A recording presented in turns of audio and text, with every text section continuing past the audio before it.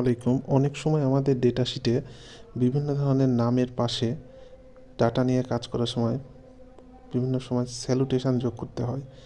Salutation যোগ করার সময় যেমন সেটা হয় মিস্টার, মিসেস, মোস্ট, বিভিন্ন নাম। তো এমন একটি ডেটা শিট নিয়ে আজকে ইফ ফাংশনের মাধ্যমে দেখিয়ে দেব কিভাবে ছেলে হলে মিস্টার এবং মেয়ে হলে মিসেস যোগ হয়ে যাবে।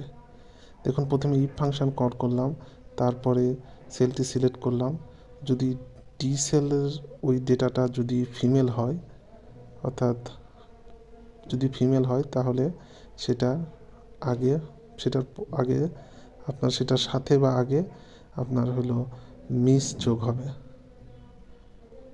মিস লিখে দিলাম, তারপরে অবশ্যই এটা কোটেশন মার্কের মধ্যে রাখতে হবে। দুই দিকে দুই কোটেশন দিলাম, কমা দিলাম।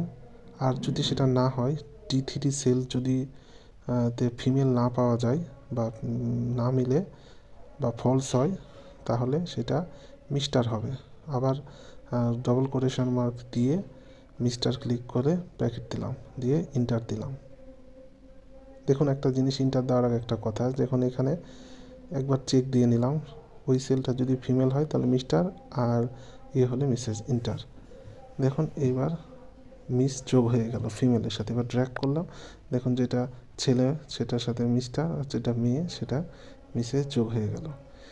এখন কথা হলো, মিস্টারের সাথে ওই লেখা অর্থাৎ নামগুলো স্যালুটেশন যোগ করার জন্য আমরা আর একটা কলাম নিয়ে নিলাম।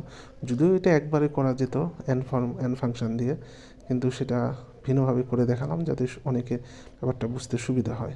সমান সমান দিয়ে সেলকে কল করলাম, তারপরে এন ফাংশন দিয়ে নেমের সেলটা সিলেক্ট করলাম, ড্র্যাগ করলাম।